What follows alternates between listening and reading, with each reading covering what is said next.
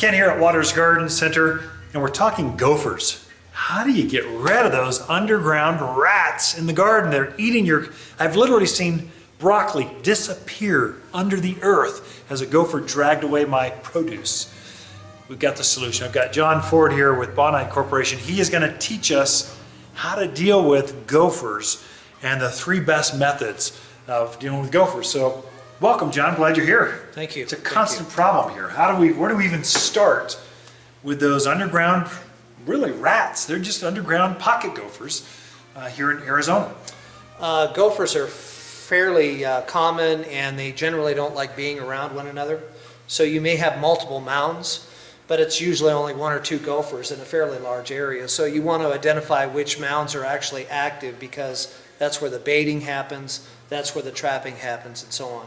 So scuff up the mounds with your boot, your shoe, or a shovel, and get them down to soil level, and then go out sometimes within hours, or usually the following morning, and you can see which ones are active. Economically, the best way to start is with Gopher Killer. The Gopher Killer product is a bait that's designed to be placed into the hole, and we have applicators. Ken, if you'd hold up that. Oh, sure, applicator. yeah. This is a tube that is, you fill the bait up in the bar here, rotate the wire, and it releases the bait into the hole so that you don't have to come in contact with it. The good thing about this particular brand of Gopher Killer is that there's no secondary kills here. This is not a strychnine-based killer, so it's only going to work the first time. Once it controls, or once it kills the gopher, if a cat were to eat the carcass, it's not going to kill the cat, and so on. No secondary coyotes or down the road. Right. It just kills that animal that's eating that. That's correct. Product, and he's attracted to it because it's a protein bait. You'll notice that when you open it up, it does have a little bit of fragrance to it, and that's what attracts the gopher to the bait. Good. So peanuts, or what, seed, or what are they using? That's our secret ingredient. I'm not going to tell you what that is. So this applicator, I've got gophers. This is what I use myself. You put that bait right inside this hopper, and then you poke around that mound, and you'll feel this probe slip all of a sudden. You just feel it all of a sudden. You're in the hole, and then you open up this little, I don't know, swivel handle, and at the bottom you'll notice it opens up the bait, so it comes out right inside the run. Ingenious product. If you have a big property, get the gopher applicator. It does make a difference. They also have, in that same realm, where'd my other applicator go? Yeah. They make this for kind of the home use. If you want a less expensive tool, but you still want to get it down the hole, you feed this snake down to the hole, you put the bait inside this yellow tube, and then when you get down there as far as you can, you pull this handle, and it opens up the bait right inside the hole. Ingenious. It really does work. So baits, that works. Good. What else? The other advantage to not being around it necessarily is to dig out the mound and replace an open area. You use, Ken actually recommends a 1 weeder, a long or short handled weeder, and to open up the mound.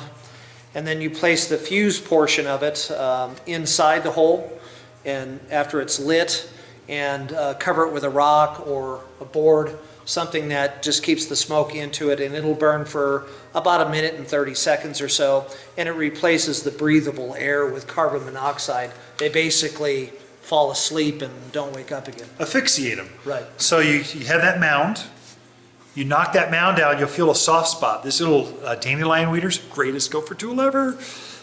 It'll allow you to kind of mini shovel that hole out. When you expose the hole, you light one of these, and as I heard you correctly, you said put the fuse in the hole first.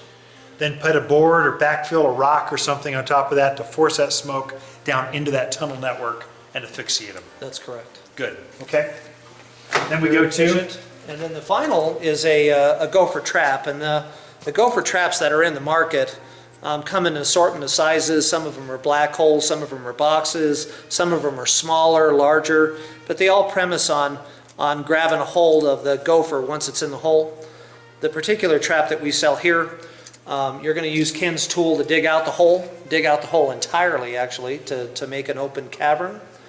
And then this portion of the trap here is designed to tie off to a stake so that when you get the critter, he's not pulling the trap in. And it's a grasp type. You squeeze it and it sets the trap. This trap is now set. I'm going to undo it here. So do it again, squeeze the trap, it sets it. And then as your gopher is pushing, coming out of his run into this trap, he's going to hit that flange. And you can actually adjust this piece for sensitivity. This piece here or this flange here, you can bend it.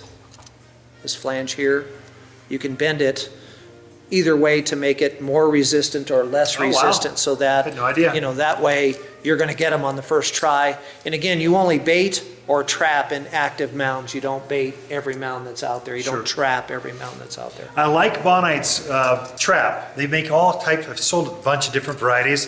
This is the best one.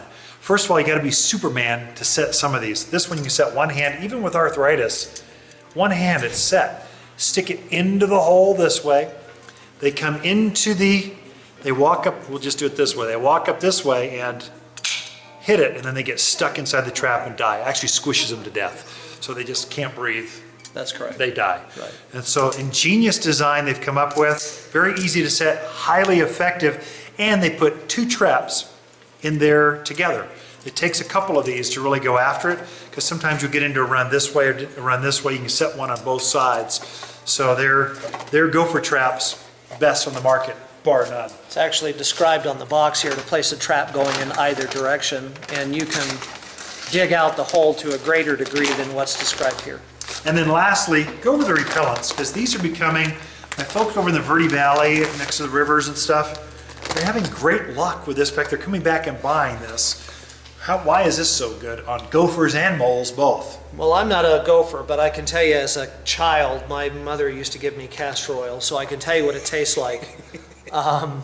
But I assume that it works the same way on a gopher. The beauty of this particular product is that it can be used when the plant is planted, so that it's protected for up to 2 to 2.5 months unless there's a lot of rainfall.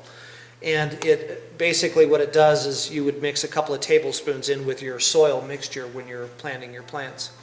If not, and the plant's already established, you would scatter this out and water it in. If you don't water it in, you won't get the activity of the product into the soil. You want it into the soil. And then as the gopher's traveling through, he's going to get this on his whiskers and on his skin, and it's going to irritate him, or I'm assuming the taste. No one really quite knows how it works, but the product is incredibly effective. It does. They will not dig in that area where you apply this. How many square feet does this do? 5,000 square feet. 5,000 square feet for a bag of, this is 25 bucks. Covers a large, basically your entire front yard for most of the growing season. Highly effective. Again, I've had people coming back to buy more of this because it was so effective. Moltex, anyway, Molmax. Highly effective. You either got to kill them or you got to repel them. Those are your 2 choices, and we've gone over all the ins and outs. If you need more details, come talk to us here at Waters Gardens. Thanks for tuning in and learning how to deal with gophers.